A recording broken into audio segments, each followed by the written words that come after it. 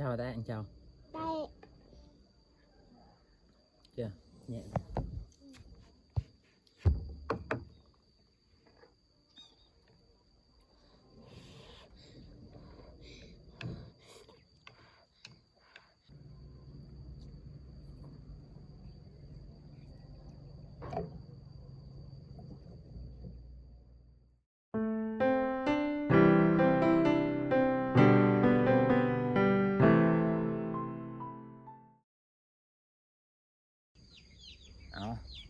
สบายดีพี่น้องทุกคนเนาะมื้อนี้ก็อยู่กับบ่าวพรคือเก่ามื้อนี้บ่าวพรก็บ่มีหยังหลายพี่น้องสิพาพี่น้องมากินข้าวนำกันเนาะมากินข้าวเช้านำกันเนาะมาเบิ่งอาหารของบ่าวพรเลยพี่น้องเอ้ยมีอาหารก็คือต้มมีแล้วก็หน่อไม้เนาะมะเขือ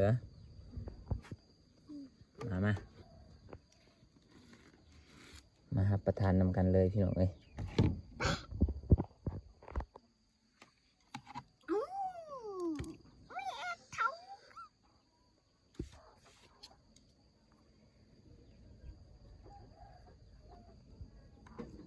เอานั่งไป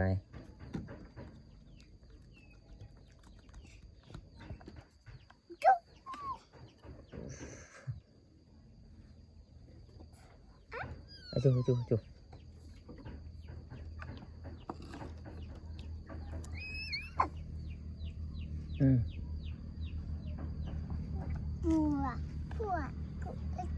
พรวไป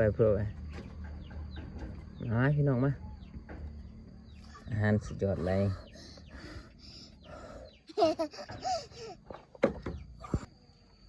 จ้า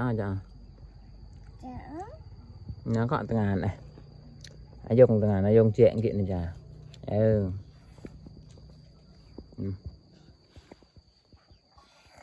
ăn nhầm đấy nhầm sầu nè bố mình nhầm len mà nhầm sầu thì nó ơi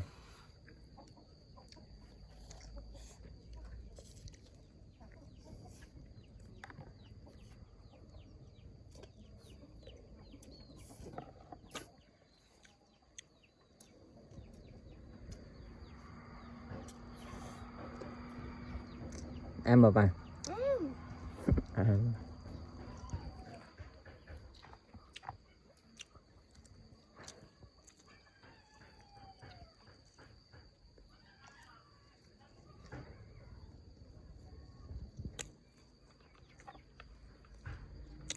ok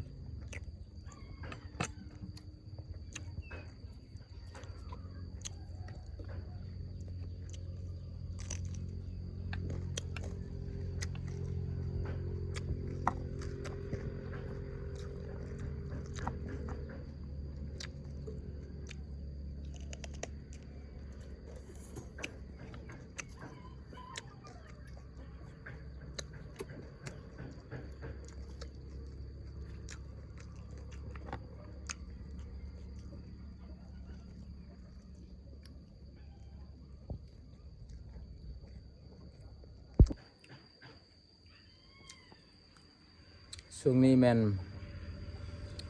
บอกคนบ่ค่อยสบายพี่น้องเลยเป็นไข้เนาะประมาณ10 กว่านี่แหละ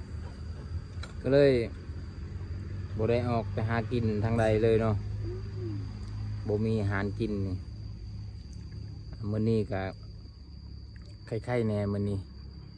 ช่วงๆแน่พี่น้องเอ้ย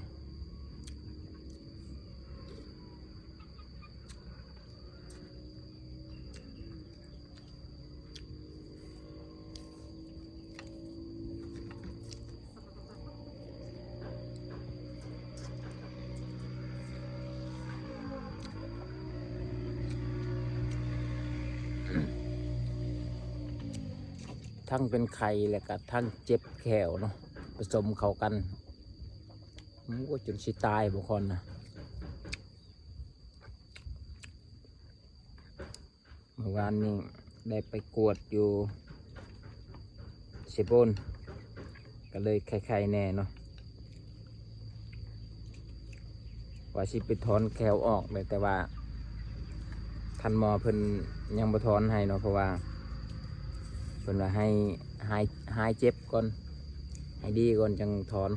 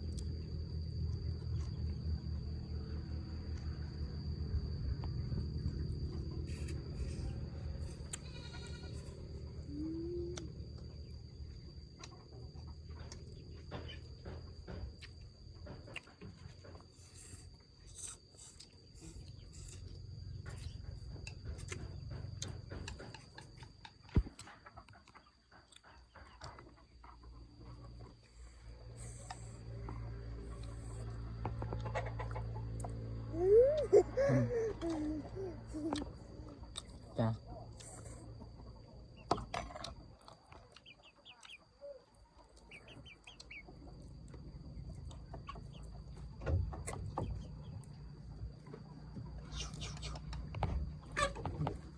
ไก่ ว่ามันเตือนไงอะลุง มันบ่แคน เว้ย ท่านน่ะ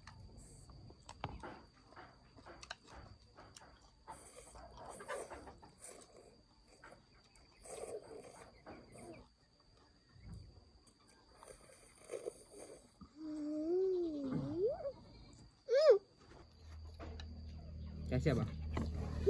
แน่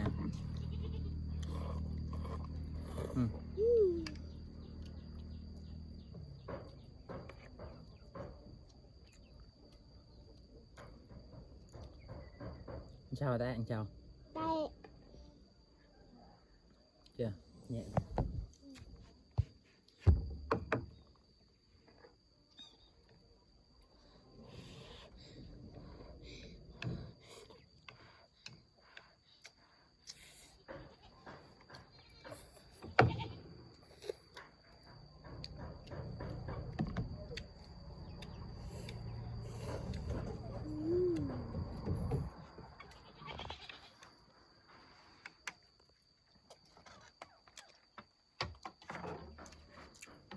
แวะด้วยกัน มือกี้ เ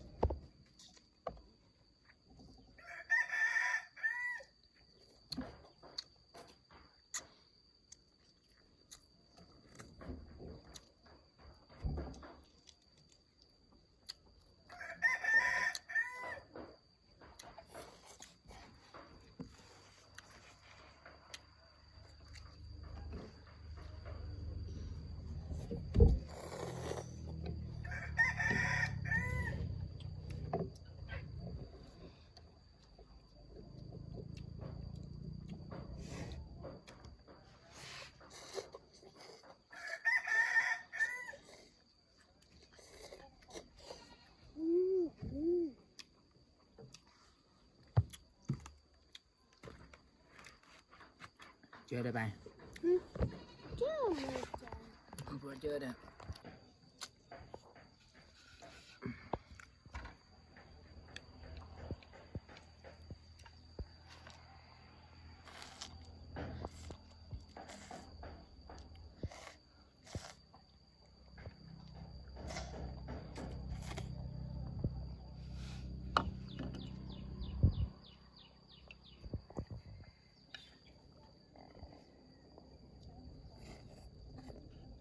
เจ้า เนี่ยจะบ่ เนี่ยเจ้า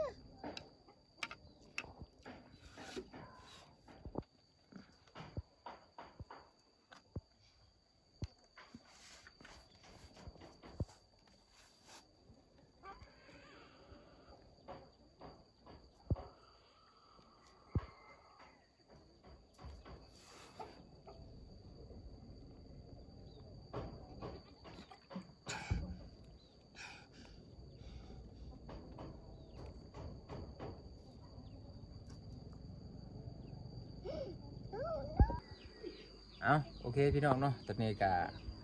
กินข้าวเรียบร้อยแล้วเนาะสำหรับคลิปนี้ก็บ่มีหยังหลายเนาะมีแต่ว่าสิมากินข้าวซื่อๆพี่น้องเอ้ยเอาเจอกันในคลิปหน้าเนาะสำหรับคลิปนี้ก็บ่ค่อนก็สิขอจบเพียงเท่านี้ก่อนพี่น้องเอ้ย